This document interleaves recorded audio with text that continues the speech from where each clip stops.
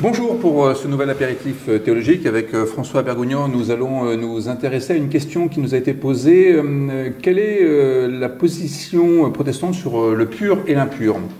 Alors, je ne sais pas s'il y a une position spécifiquement protestante, mais en tous les cas, il y a des réflexions bibliques sur la question du pur et de l'impur.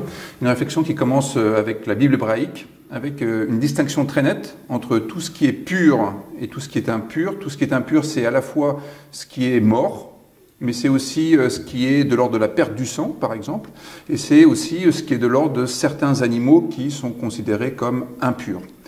Il y a aussi tout ce qui est maladie dans les textes bibliques. Je crois que la notion d'impureté et de pureté est moins présente aujourd'hui dans notre civilisation vis-à-vis des maladies ou de certaines attitudes. On parlera difficilement quand même d'une personne pure ou impure. Non, mais finalement, on a des situations qui sont assez analogues. On pense par exemple à cette pandémie actuellement.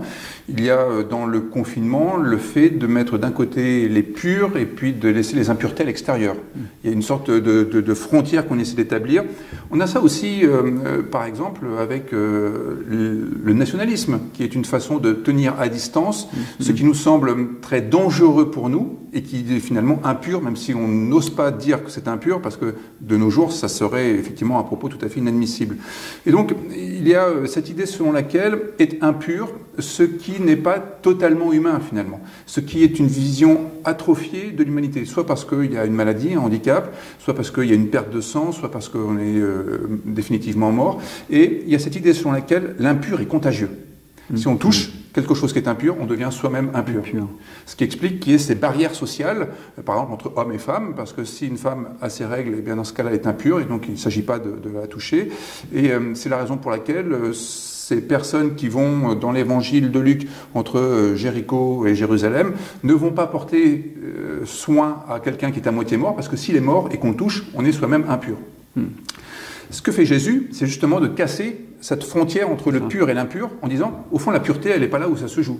Il y a une forme de transfiguration avec Jésus où l'impureté n'est plus du tout basée là où l'a placé les textes bibliques de l'Ancien Testament, ce qu'on appelle l'Ancien Testament. Et tout ce qui est lèpre, par exemple, tout ce qui est maladies de peau ou autres, ne sont plus considérés par Jésus comme des impuretés.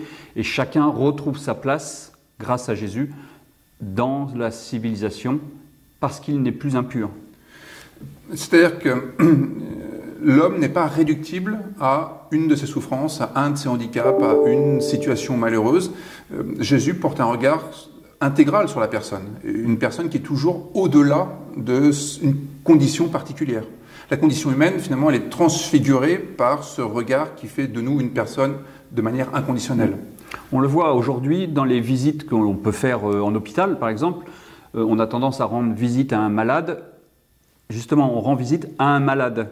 Et le regarder comme un être vivant, comme un autre, du coup, on lui enlève ce regard d'impureté qu'on pouvait lui coller en le considérant uniquement comme un malade. Il n'est pas malade, il est être humain, et il est vivant.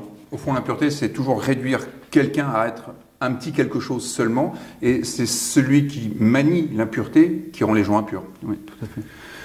Eh bien, tâchons de rendre à chacun son humanité pleine et entière, et à demain pour un nouvel apéritif théologique. À demain. Au revoir.